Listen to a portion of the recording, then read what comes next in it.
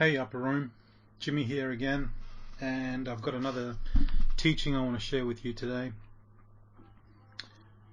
Times are changing, times are getting more serious, but if you heard the last word that I issued maybe about a week or two ago, it's that God does not want us to be afraid of what's happening around us. He does not want us to be in a state of fear.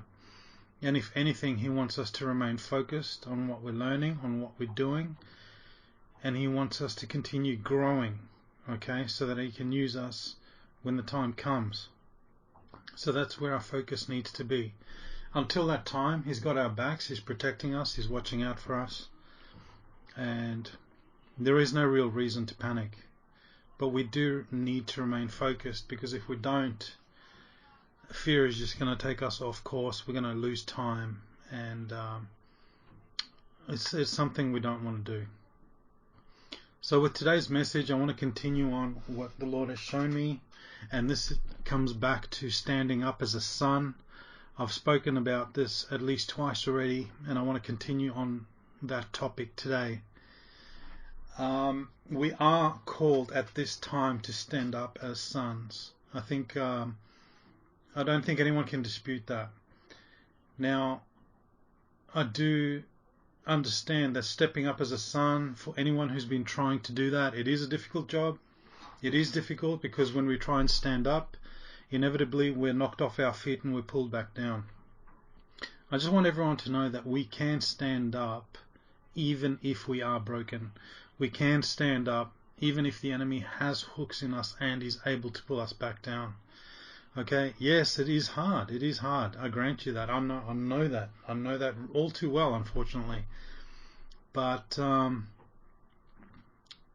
with the 4-part teaching I released on the heart a short while ago, I'm hoping that's helping you guys, because as we stand up as sons and we get pulled back down, we should be in a position to be able to identify what it was that the enemy took a hold of that pulled us back down.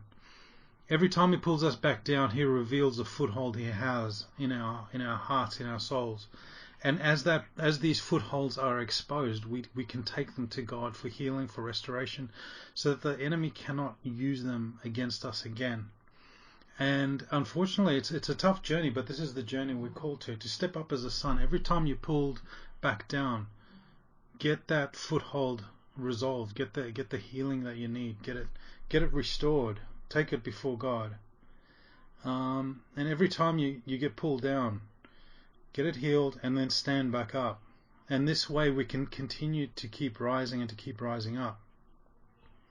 Alright, so as we stand up as sons, the heart, the enemy will use the issues of our hearts against us. And it is difficult, alright? But we can use that hard teaching as a means to deal with everything that comes up. Okay, so as we're governing, as we're standing up, pay attention to what's happening in your heart. Even when things seem to be going well, even when you think you're doing well and you're going strong, always pay attention to your heart, because your heart's going to give you clues, and it's going to let you know early when a problem's going to arise, and you can get onto it straight away. All right, focus on your heart. All right, Proverbs tells us to guard the heart, and when you rise up as a son, that is when you have to really guard your heart. Okay, otherwise you get yanked down, you lose more time, and it's just that much harder to get back up again. All right, it is hard, guys, but that's what we're here for. This is what God has called us to, and we have to fight for it rather than shy away from it. So remember this. As you rise up as a son, as you take your place as a son to rule and reign with Christ, to govern over everything God has called you to govern, issues will get flushed out. All right? The enemy will come against you, and he will use your own issues against you. They will get flushed out. Issues perhaps you didn't even know existed. All right? And when these things pop out, be ready to catch them. Don't get discouraged and despaired. Be ready to catch them. Be ready to identify them. And be ready to take them to God so that you can deal with them. And as you deal with them, the next time you get up, you'll get up stronger, and you'll get up better, and you'll be able to stay up longer. All right. Now, rising up, as you've guessed, is not just about rising up. It's also about making a concerted effort to overcome everything that stands in your path, right? Well, last time we spoke about the book of Revelation and how it talks so much about overcoming. Everyone has a unique, set of obstacles and challenges they need to overcome in their own lives, and it's very different for everyone. All right? Overcoming is a part of the journey. We have to do it. We can't wait for these things, these obstacles to be removed for us. All right? Now, when we rise up, we can rise up as much as you want, as much as we want, and we can also rise up as quickly as we want. As we rise up, we can tear down anything that stands in our way. All right? And right now, we're dealing with the obstacles in our path, anything that prevents us from rising up. Remember one thing. When you rise up as a son, there is no ceiling, okay? There is no end of the journey. There is no stop, all right? So don't choose to stop at some arbitrary point that you think, this is it. Now I'm a son, it's all done, all right? There is no such point. The journey is a journey of continual growth, continual expansion.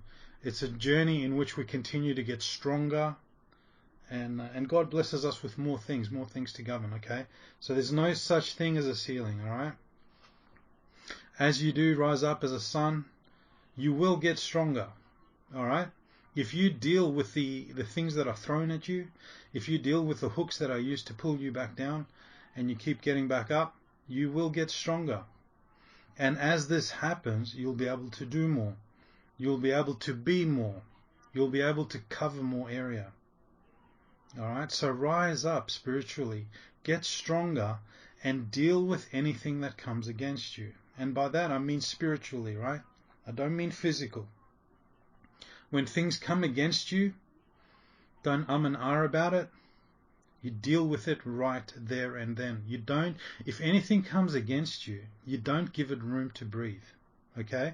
You don't give it room to grow and flourish so it gets stronger. And again, I'm talking about spiritual things.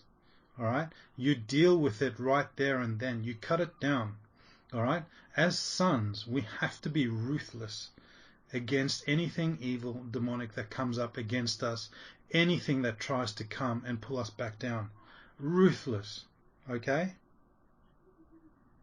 When we step up as a son, we need to practice. Practice. It's not just about rising up and taking a position. It's about taking a position to do things. We're going to be doing stuff. We're going to be governing. All right? And that all takes practice. And it takes practice so that we can grow, so that we can learn, and also so that we can gain confidence that we are in fact sons. We can gain confidence that we are in fact governing with Yeshua, and that Abba is behind us, and that we do have authority, we do have power, and we do have mountains. All right? When we govern, all right? I say when we are governing over the right things, our word is law. And we have to learn that. We have to see that in practice. Because when you see that, it fills you with an amount of confidence that is incredibly strengthening and empowering, and nothing can take that away from you. But you have to see it, and you'll only see it if you practice. All right? When you see these results, it will give you the confidence to continue and to power through. All right? So it's not just about standing up as a son, but it's also about practice. They go hand in hand. Now, I believe many of us are stuck in a rut right now, whatever that rut might look like. And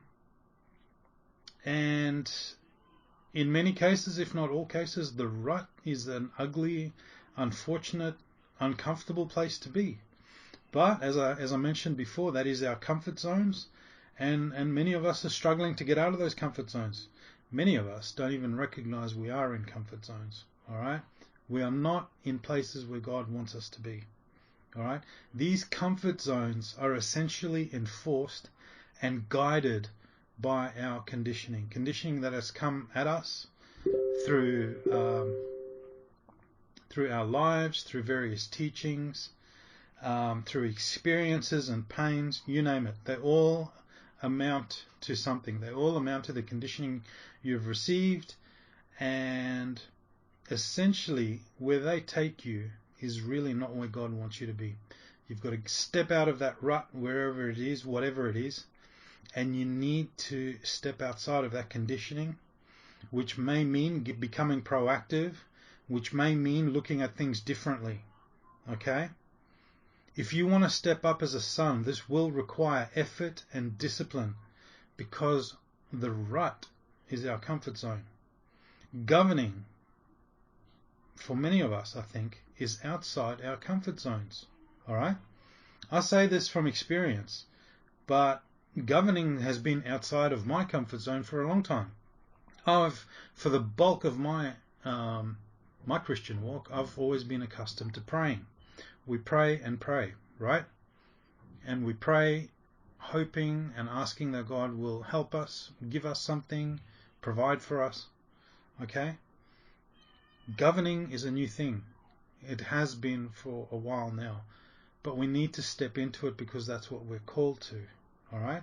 I'm not putting prayer down, but governing is what we're called to. And we can't stick to prayer simply because we're more comfortable with it. Again, I'm not knocking prayer. Prayer is still fine, but we are called to higher things. We're called to things more appropriate of the age and the times that we're in. Okay? And we need to make whatever efforts are necessary to step into what we've called to. And governing is what we are being called to. So break out of your conditioning. Try and identify it. Try and see it. Try and ask other people to point it out to you, because you may be blind to it. All right? Rise up as a son.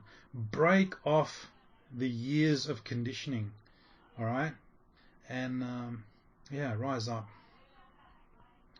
Now, rising up is practice too. Yes, it's rising up, but it's other things as well, like wonderful things, right? Rising up is not just about governing. It's not about practicing, and it's not about taking your place, but there are beautiful things, wonderful things for us that accompany us when we do arise as sons.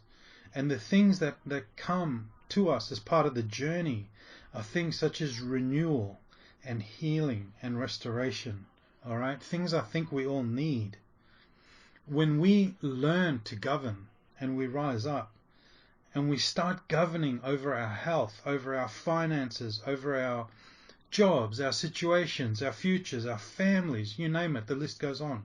When we learn to govern over these things effectively, renewal, healing, and restoration will come. Abundance will come. Okay? That's why I want to encourage you guys. I know many of us are struggling. Many of us are struggling when we don't have to be. That's the sad thing. God is calling us to higher things. All right? Higher things. God, listen guys, we are part of the upper room. All right? We're not a simple little church teaches Sunday school type material.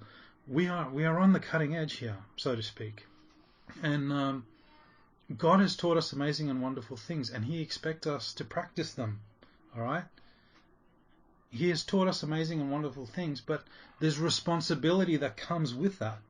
And the responsibility is that we are meant to appropriate what He has taught us so that we can receive what's ours, okay? We can't learn how to be sons and then behave like victims, all right? We can't learn about what it's like to step out there powerfully, spiritually, and rise up as sons and then go home and behave like victims that need help from God. Now, what I'm saying is, rise up, and take what's yours. Take what you want. It's all yours, within reason, of course, but take what you want, take what you need. This time is for you. This time is for the sons. All right? This world is a dark place, but this is a time for sons. Okay? So get up, stay up, start governing. Go after the things you want and need. All right? practice. Practice, and let God come beside you, let God teach you and guide you. And when you get knocked off your feet, get back up. Alright? Now, as you govern, figure out what it is you need to rule over. Figure out how you're going to rule over these things. Alright? And when I say figure out, I don't mean like any sort of like fancy education. It's just you draw up a list of things you need to govern and just get started the best way you know how. That's all it is. It's very simple. The best way you know how over the things that you believe you need to govern over. Alright? Your health, your finances, your job, your future, your spiritual walk, you name it. Alright? Everything that falls under you. And just start governing. Just make a start. Because once you start moving, God will shift you and He will direct you and He'll guide you. He'll talk to you. He'll nudge you. He'll bring things to you to teach you, to help you grow. Alright? But the necessity, guys, is that you need to be moving. Okay? Nothing's going to happen if you just sit still and you expect God to come to you. Alright? Nothing's going to happen. I've seen that time and time and time again. God usually comes beside you when you are moving. Alright? And here's the other thing too. When you put your list together of things you need to govern, start. And by all means, start and don't stop, right? Because you got to remember, right? When you start governing over things that haven't been governed before, chances are there's bad fruit growing on those things. So the thing about bad fruit is that it doesn't drop off the branch straight away.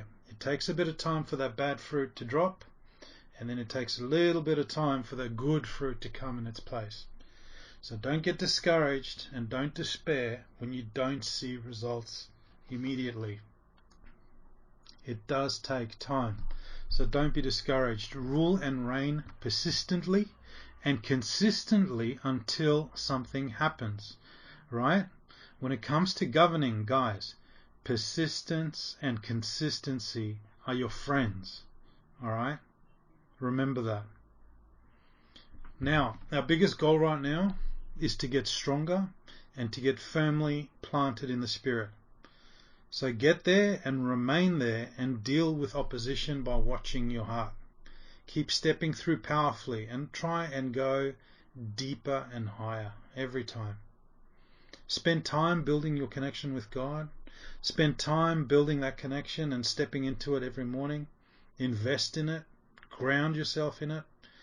Don't rush through your governing process. Give it the time that it needs. This is also a great time to tune in, to listen and to receive, and focus and meditate on the truths of God, the truths that you've learnt, especially through your heart work. When you're in this place of governing, don't feel pressured and don't feel stressed. Alright? The enemy will bring these against us. Fake threats. Alright? Don't give in to them. Practice as much as you can, as often as you can. Rise up and just keep getting stronger and stronger. Alright? And how do you practice? Again, you want to start practicing governance? Start practicing with your needs. Okay? Start practicing with the things that you want. Learn to maintain your connection with God. Learn to maintain your connection with heaven and strengthen it. Practice is what's going to teach you. Anything you practice, God's going to come alongside you and teach you how to do it better, how to do it stronger, how to do it longer. Find ways to practice and to step out of the dodgy conditioning we all have. Be aggressive, guys. It's okay to be aggressive, but we need to be aggressive in the right way. Be aggressive in your rise as a son. Be aggressive in the way that you do not tolerate anything to come against you. Be aggressive with the enemy. Do not give him an inch of ground. And allow God to correct you. Allow him to lead you and guide you. Invite him into what you are doing. Alright? Sonship is what we're called to, and it needs to be pursued all the time, as much as you can. Alright? It's not It's not something you walk through like a doorway. It doesn't happen at one time, at a distinct time. It's something we grow into, and it's something we develop slowly into. We become a son, so to speak. It takes a bit of time, a bit of effort, and a bit of patience. The other thing about becoming a son, guys, and I mentioned this earlier in terms of conditioning, all right? If you don't know what's happening in the world today, if you're confused about anything, you should not tolerate that, all right? As a son, as sons, we have access to everything in the Father's house, okay? You've got access to all knowledge, all wisdom. Whatever you need, you've got access to it.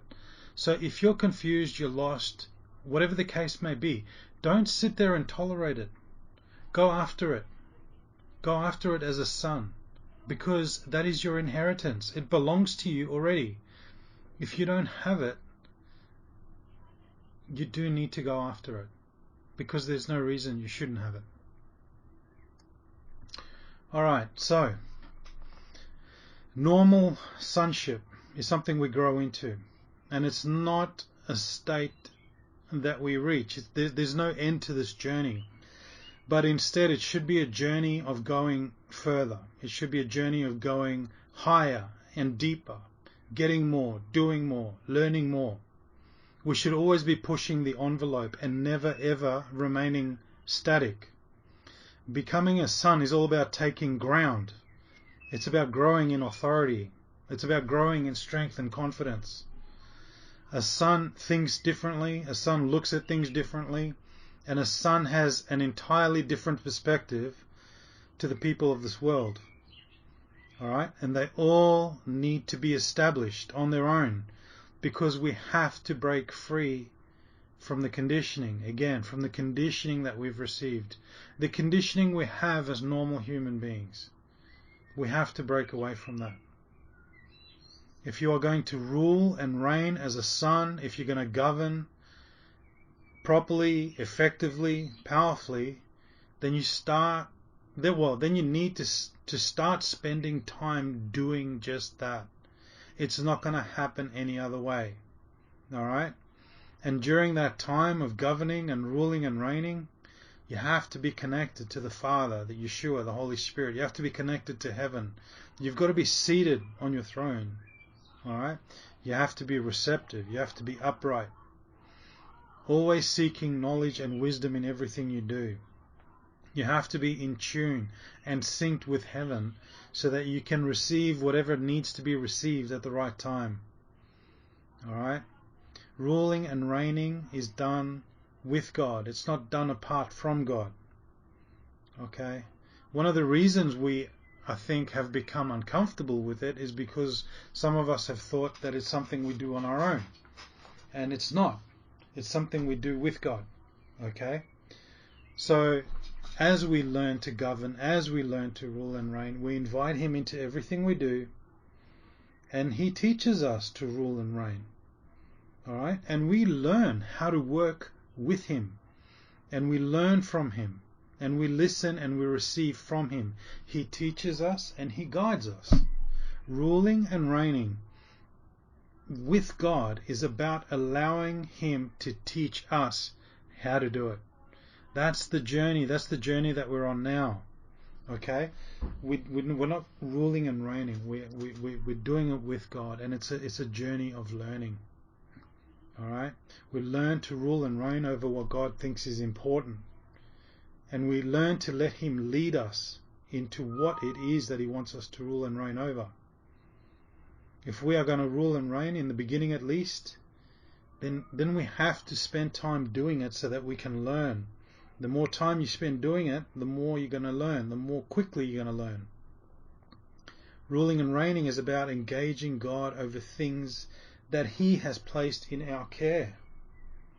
Okay? It requires sensitivity to God so that we can work with Him. And as you rule and reign, your sensitivity should increase because you're practicing more and you're learning about what it takes and what's involved. Ruling and reigning is very important, but of course, patience is important so that we can grow into it effectively. So, can I encourage you, prepare your list of things you want to govern over, and prepare them in order of priority so that the important stuff always comes first. Governing over your things is an important thing to do. It's an important priority. Do it every day. Do it multiple times a day if you can. And before you attempt to govern, before you attempt to rule and reign, what I suggest you do is first take your place in heaven. Take your place spiritually. Remember who you are. You're not some person on earth. All right? You're a heavenly being. And take your place in heaven. Take your place on your throne. Remember who you are and remember what you have. When you sit down to govern, make sure you're in a very strong spiritual position and take your position confidently. There is no pressure in what you're doing, but just do what you know to do. All right. In Psalm 24:7, it says, "Lift up your heads, O you gates, and be lifted up, you everlasting doors, and the King of glory shall come in." All right. It's a strange verse because it calls us gates and doors. All right. And that is exactly what we are. We are gates and doors.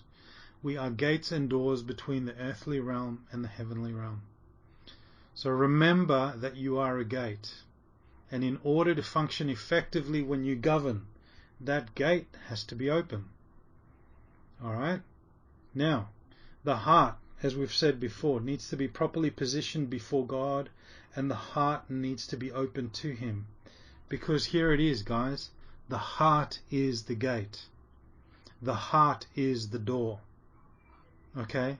When you open up your heart to God, when you open up your heart to heaven, your gate is opened. Heaven can come through you, and it can manifest itself around you, into the world around you. That's how you touch the people and the world around you. All right? Now, this gate, for some of us, yeah, it's either blocked or partially blocked. And this can happen for a whole number of reasons. But this gate can be opened through healing and restoration. And that is essentially what that 4-part heart teaching was about. Dealing with enough of your stuff. You don't have to deal with all of it, but dealing with enough of it at least to allow you to begin to pry that door open. And once that door is open, you can create an amazing connection with God, and you can maintain that connection, protect it, and stay in it. And things can flow through that open door, that open gate. All right? When it comes to that gate, the point of your focus is very important. Okay? That gate opens and closes like gates do, like doors do. They open and close. Okay? Where you focus determines the state of your gate. Fear, especially at this time, it's going to try and hold you back. The enemy is going to try and hold you back through fear. And when fear is holding you back, your gate closes. The door closes. Okay? You've got to learn. Okay, hopefully by now, I'm assuming you've become sensitive to your heart, and you're slowly developing an idea of how your heart behaves and what state it's in. And if that's true, then you should know by now that different things that cross your path can affect your heart in different ways. All right? Fear is one of the things that will close off your heart. It'll cause your heart to shut down, and the gate or the door will close. On the other hand, when you focus on godly things, when you focus on God Himself, the gate begins to open, the door begins to open. All right? So at this time, I want to caution you, beware of fear, beware of the stories out there, beware of this world. There is so much fear out there, so much fear. Don't let it cut you off. Don't let it close your gate. As soon as fear pops up on your radar, make sure you cut it off as soon as it appears. I mentioned earlier about being ruthless. Fear and doubt are two of the things we need to be the most ruthless with. Okay? Because they will close that gate. When we rule and reign with Christ, we do so in accordance, right? We don't do it on our own. We don't willy-nilly pick whatever we want and rule and reign accordingly.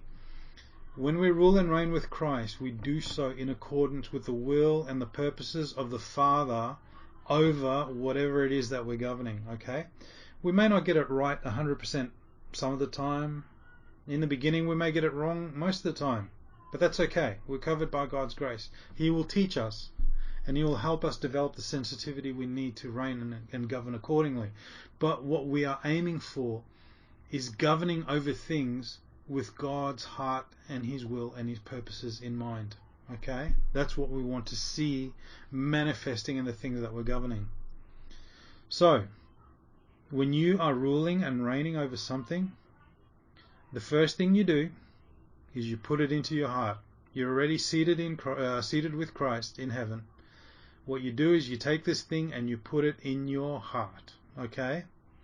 And then you listen to your heart, and then you focus on what it is you're carrying in your heart, and then you sense, you sit there patiently and you try and sense what the Father is saying about what it is that you have in your heart. What is the Father saying about this thing that you're trying to govern over? Alright? What is it that He wants you to do? What is it that He wants us to do? What is it that He wants to see happen with this thing? Alright? And you wait there patiently, and when you have an idea of what the Father wants, then you speak that thing out, you decree it, and you release it over whatever it is that you're governing. Alright? It's that simple. It's that simple. That's how you govern. When you're governing, you have to listen, and you have to be patient, and you have to receive. Alright? And then you release it over that thing you're governing. And very often it's not just one thing, it's multiple things. So you got to be patient, and you got to wait, and you got to keep going until it stops. Alright? Sometimes when you're governing over things, particularly things that you know you need to govern over, your stuff, your family, your jobs, your finances, sometimes God could come along and He can give you something else He wants you to govern over. Okay? Now, I know some of us have been given nations to govern over, but God could come along and give you anything at all. So be aware of that and be open to it. He could come along at any time and ask you to govern over something else. And when He asks you to govern over something, it could be permanently or it could just be a one-time thing. Alright? But be expectant and be ready for that. When you engage with God this way and you govern over stuff, go in there expecting things to happen. Alright? Go in there with good expectations. Make sure your heart is well positioned. And expect good things. But always remember, be consistent and be persistent. And whatever the case, don't ever think that this is a chore or this is laborious and boring or tired. It's not, okay? Because there's great power in what we're doing. So get excited by it and celebrate it. Don't ever dread what we're doing. Don't ever dread this governing process. Now, when it comes back, we were talking about the gate a little bit earlier. An encounter with God is often what happens when the gate opens, right? When the gate opens between the heavenly realm and the earthly realm, we can often experience a very godly encounter. All right? And of course, being a gate, it can close again. Now, the thing is, the enemy tries to close it from this side, all right, from the earthly side. But it can be opened whenever necessary. All right? So stay focused on your heart and the state that it is in. Try and learn about your heart, be sensitive to it, and try and deal with any problems that you may become aware of. As always, ask God what it is that's blocking your heart. Ask God to show you the secrets and the thoughts of your heart so that you can deal with them, so that your gates can be more free to open and close. Of course, we want it open all the time, but in the beginning at least, it may open and close. Now, the thing is about this door, this gate that we are, it doesn't open in one shot. Okay, it opens up slowly and incrementally. Sometimes it closes, sometimes it opens again. But over a period of time, it should ideally open more and more and more. The key part of opening that door is focus, right? Where our focus is going to determine how much that door opens. All right. What you're focusing on is tremendously important. So right now, if you're focused on what's happening in the world, your door is going to remain pretty close. But if your focus remains where God wants it to be, your door is far more likely to open. All right. When the heart is angry, and I covered all of this in the heart teaching, but when the heart's angry and it's in pain, it accuses God of all sorts of stuff. And when we come into agreement with that stuff, it just causes your heart to harden. It keeps him out. And essentially, the enemy just uses all of that to make sure that the gate is closed from this side. And because we traditionally haven't had a really good understanding of the heart, we haven't understood how the enemy has affected our heart, and therefore how he has managed to close the gate that we so desperately want open. All right? He has manipulated us, and he has affected us in many ways, and very often without our knowledge. Okay? So focus on that gate. Focus on whatever it is that God wants you focused on. We want that gate to open. Now, I read that verse earlier about in Psalms about the King of Glory wanting to come in through our gates and doors. But this is what's interesting. This corresponds to a verse in Revelation as well. All right. In Revelation 3:20 it says, "Behold, I stand at the door and knock. If anyone hears my voice and opens the door, I will come into him and dine with him and he with me." Okay? So this is where we are, guys. We are stuck on this side of a door, and for some of us that door is closed. All right? Yeshua is on the other side of that door and he wants to be let in. All right? Part of dealing with the heart, restoring the heart, is that we get to a point where we can open the door and welcome him in. And I believe this is our time right now. This is what we need to be focused on, and this is what we need to be doing. We need to be focused on that door, again, that door. And we need to try and get it open and let him in. Okay? Now, part of opening your heart, all right, and therefore your gate, is consciously letting everything go. And by everything, I mean such things as accusations against God, challenges that we are facing, unresolved questions we've got, unresolved issues, pains and angers. All right, things of the heart. If our heart is still affected by these things, we either have to deal with them or we have to find a way to put them aside. All right. This is a time in which we need to overcome these things so that we can open that door. All right. Now, the enemy has no direct power over your gate. Okay. The gate or the door in your heart that Yeshua wants us to open, the enemy does not have any direct power over that gate, but he does have a tremendous influence over you and over your heart, and he uses that influence to keep the gate closed. All right. Now you've got to know that if your gate is closed and you know that it's closed, it's not the enemy. The enemy doesn't have that much power in order to keep it closed. Okay, you do have the power to open it. And this is I believe what we're called to right now. What I've also realized as well is that there is a convergence between stepping up as a son and a surrender of the heart. The more we step up as sons, the more we arise, the more we are called to surrender our heart. All right, they go hand in hand, which is why both teachings have happened concurrently. And yeah, I think I'm going to end it there, guys, very abruptly. I do have a second part to this teaching. It's more in-depth teaching about governance, but it's probably too much at this time. I'd like that to sink in. I'd like you guys to get a good handle on this for anyone who's following along. And next time we're going to get into a little bit more about what governing involves. But this is what we're called to right now, and I hope you guys are getting stuck into it. So I'm going to call it quits right there. I leave you guys with lots of blessings, and as I've said before, I really look forward to seeing you all again.